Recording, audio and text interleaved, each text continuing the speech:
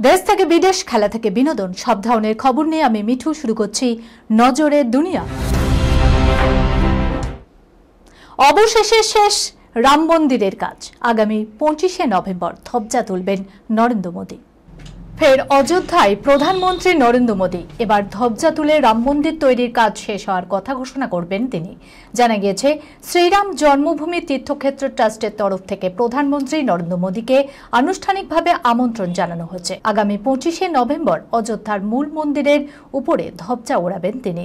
এই অনুষ্ঠানটির মাধ্যমে রাম মন্দির নির্মাণের সমাপ্তি ঘোষণা হবে।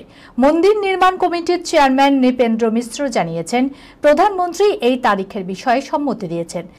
নির্মাণ কাজের সমাপ্তি অনুষ্ঠানে মোদীর অংশগ্রহণের প্রস্তুতি শুরু হয়েছে। মিশ্র আরও বলেছেন, প্রধানমন্ত্রীর ধ্বজা উত্তোলনের মাধ্যমে বোঝা যাবে মন্দির এবং এর পাশাপাশি অন্যান্য কাঠামোর নির্মাণ কাজ সম্পূর্ণ হয়েছে এবং ভক্তরা এখানে আসতে পারবেন। 2022 সালে রাম মন্দির নির্মাণের প্রথম পর্ব শেষ হয়। 2024 সালে মন্দিরের নির্মাণ সম্পূর্ণ হয়। মন্দিরের গর্ভগৃহে রামলালার মূর্তি প্রতিষ্ঠা করা হয়েছে। মিশ্র জানিয়েছেন, মূল মন্দিরের আশেপাশে মোট 14টি ছোট মন্দির তৈরি করা হয়েছে। এইসব মন্দিরের নির্মাণ সম্পন্ন হয়েছে। Sunirnay imaging centre private limited advance প্যাথোলজিতে thalassemia screening, large size biopsy setup সহ সমস্ত পরীক্ষা, echocardiography, fetal echocardiography, CT scan, CT guided FNAC, 4D USG, USG guided FNAC, endoscopy, colonoscopy, uroflowmetry, spirometry, colour doppler, digital X ray, তাছাড়াও সমস্ত বিশেষজ্ঞ চিকিৎসকদের পরিষেবা একই ছাদের তলায় নিয়ে হাজির সুনির্ণয়। ঠিকানা 126/1 পিলখানা রোড, রানীবাগান, বহরমপুর, মুর্শিদাবাদ। বিশদে জানতে যোগাযোগ করুন 8373049252 7547900377। রাজনীতি করছে নোবেল কমিটি। পুরস্কার ট্রাম্পের হাতছাড়া হতে তেলে বেগুনে জ্বলল হোয়াইট হাউস। বহু কসরতের পরও নোবেল ফসকে গিয়েছে মার্কিন প্রেসিডেন্ট ডোনাল্ড ট্রাম্পের হাত থেকে। শুক্রবার নোবেল কমিটি 2025 সালের নোবেল শান্তি পুরস্কারের জন্য ভেনেজুয়েলার মারিয়া করিনা মাচাদোর নাম ঘোষণা করেছে। এই ঘটনায় নোবেল কমিটির বিরুদ্ধে ফুঁসে উঠল হোয়াইট হাউস। কড়া প্রতিক্রিয়া দিয়ে হোয়াইট হাউস জানিয়েছে, নোবেল কমিটি আসলে শান্তির চেয়ে রাজনীতিকে বেশি গুরুত্ব দিয়েছে। মার্কিন প্রেসিডেন্ট দীর্ঘদিন ধরে দাবি করে আসছেন তিনি 7 থেকে 8টি যুদ্ধের অবসান ঘটিয়েছে। বিশ্ব শান্তির লক্ষ্যে তার এই বিরাট অবদানের জন্য তিনি নোবেল পুরস্কারের যোগ্য। তবে শেষ পর্যন্ত সব হিসেব উল্টে পাল্টে যাওয়ায় আপাতত হোয়াইট হাউসের কাছে নোবেল পুরস্কার আঙ্গুর ফল টকের মতো। এক্স হ্যান্ডেলে হোয়াইট হাউসের মুখপাত্র স্টিভেন বিবৃতি জারি করে জানিয়েছেন, প্রেসিডেন্ট ট্রাম্প শান্তি চুক্তি যুদ্ধের অবসান এবং অসহায় মানুষের প্রাণ বাঁচানোর কাজ আগের মতোই জারি রাখবেন। তিনি এও লিখেছেন, নোবেল কমিটি আসলে শান্তির চেয়ে রাজনীতিকে বেশি গুরুত্ব দিয়েছে। রাত হলেই সাফ হয়ে যাচ্ছে স্ত্রী, প্রতিকার চেয়ে জেলা শাসকের কাছে দ্বারস্থ স্বামী। সিরিয়ালে বা সিনেমায় অনেকেই এমন কথা শুনেছেন যেখানে স্ত্রী হয়ে উঠছেন নাগিন। তাই বলে বাস্তবেও এমন ঘটনা ঘটেছে এ কথা বোধহয় শোনা যায়নি।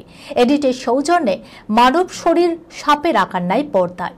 কিন্তু উত্তরপ্রদেশের এক বাসিন্দা দাবি করেছেন যে রাত হলেই নাকি সাপ হয়ে যাচ্ছে তার স্ত্রী। শুধু তাই নয়, ছোবলও মারছে, মুখ থেকে অদ্ভুত আওয়াজও করছে, যা অবিকল সাপের শব্দের মতো বলে দাবি ওই ব্যক্তির। এই ঘটনা উত্তরপ্রদেশের সীতাপুর এলাকায়। এ বিষয়ে প্রতিকার চেয়ে জেলা শাসকের দ্বারস্থ হয়েছেন ওই ব্যক্তি। এই ঘটনার সামনে আসতেই রীতিমতো হুলুস্থুলুস পড়ে গিয়েছে যোগী রাজ্যে। জানা যায়, চলতি মাসের 4 তারিখ সীতাপুর এলাকায় বিশেষ সমাধান দিবসের আয়োজন করা হয়েছিল, যেখানে উপস্থিত ছিলেন জেলা শাসক সহ প্রশাসনিক আধিকারিকরা। এলাকায় মানুষের অভাব অভিযোগ শুনতেই বিশেষ এই ক্যাম্পের আয়োজন করা হয়। সেখানে পৌঁছে যান উত্তরপ্রদেশের লোধসা গ্রামের বাসিন্দা মেরাজ। সরাসরি স্ত্রীর বিরুদ্ধে অভিযোগ জানান তিনি, যা শুনে একেবারে অবাক হয়ে যায় ওই ক্যাম্পে আসা স্থানীয় লোকজন। মেরাজ বলেন, রাত হলে স্ত্রী সাপের মতো আচরণ করেন, মুখে হিস হিস শব্দ করে। শুধু তাই নয়, বিভিন্নভাবে তাকে ভয়ও দেখায়। ফলে রাতের পর রাত তাকে জেগে থাকতে হয় বলেও জেলা শাসকের কাছে অভিযোগ জানায়। এ বিষয়ে একাধিকবার স্থানীয় পুলিশ প্রশাসনের দ্বারস্থ হয়েছিলেন, কিন্তু কোনো ব্যবস্থা নেয়নি বলে তার অভিযোগ। এহেন অভিযোগ শুনে অবাক হয়ে যান জেলা শাসক সহ ওই ক্যাম্পে উপস্থিত প্রশাসনিক কর্তারা। কি প্রতিকার দেবেন তারা জানিয়ে একেবারে হিমশিম খেয়ে যায়। যদিও শেষমেশ স্থানীয় পুলিশকে এই বিষয়ে অভিযোগ নিয়ে বিষয়টি খতিয়ে দেখার নির্দেশ দেন জেলা শাসক। ছোট ছেলে ধরম 12-এর পর পড়াশোনা ছেড়ে দিয়েছে, কারণ দাদা আর্যমান সিনেমার প্রস্তাব পাচ্ছে। এই বিষয়ে বেশ বিরক্ত ববি দেওয়াল। ববি দেওয়াল ক্যারিয়ারের দ্বিতীয় ইনিংস উপভোগ করছে। সম্প্রতি দুই ছেলে আর্যমান এবং ধরম দেওয়াল সম্পর্কে মুখ খুলেছেন তিনি। ছেলেদের সিদ্ধান্ত নিয়ে তিনি খুব খুশি নন। রেডিওতে নাসার সঙ্গে কথা বলতে গিয়ে ববি বলেছিলেন যে তিনি সবসময় চেয়েছিলেন যে ছেলেরা পড়াশোনায় মন দিক, কিন্তু তাদের আগ্রহ অন্যদিকে। আমি চেয়েছিলাম আমার ছেলেরা পড়াশোনা করুক। আমার ছোট ছেলে দ্বাদশ শ্রেণীর পরে পড়াশোনা ছেড়ে দেয়, কিন্তু আমার বড় ছেলে যে সমস্ত কলেজে আবেদন করেছে সব কটাতেই নির্বাচিত হয়েছিল। ববি আরও প্রকাশ করেছেন যে তার বড় ছেলে আর্যমান তিনি ইতিমধ্যেই ইন্ডাস্ট্রির মনোযোগ আকর্ষণ করেছেন। তার কাছে চলচ্চিত্রের প্রস্তাব আসছে, কিন্তু তিনি এখনো অভিনয় নিয়ে তাড়াহুড়ো করছেন না। সে কাজ করছে, সে প্রশিক্ষণ নিচ্ছে। অনেক প্রস্তাব আসছে, কিন্তু সাঁতার না শিখিয়ে আমি তাকে সমুদ্রের মাঝখানে ফেলে দিতে চাই না। ববি এও জানায়, ববি চাই যে প্রথমে ইন্ডাস্ট্রি কি তা বুঝুক এবং তারপরে তার প্রথম পদক্ষেপ নিক। এই খবরের সঙ্গে শেষ করলাম আজকের নজরে দুনিয়া। আপনারা দেখছেন টিভি 24 বাংলা, সংবাদ বিনোদন সারাদিন সারাক্ষণ।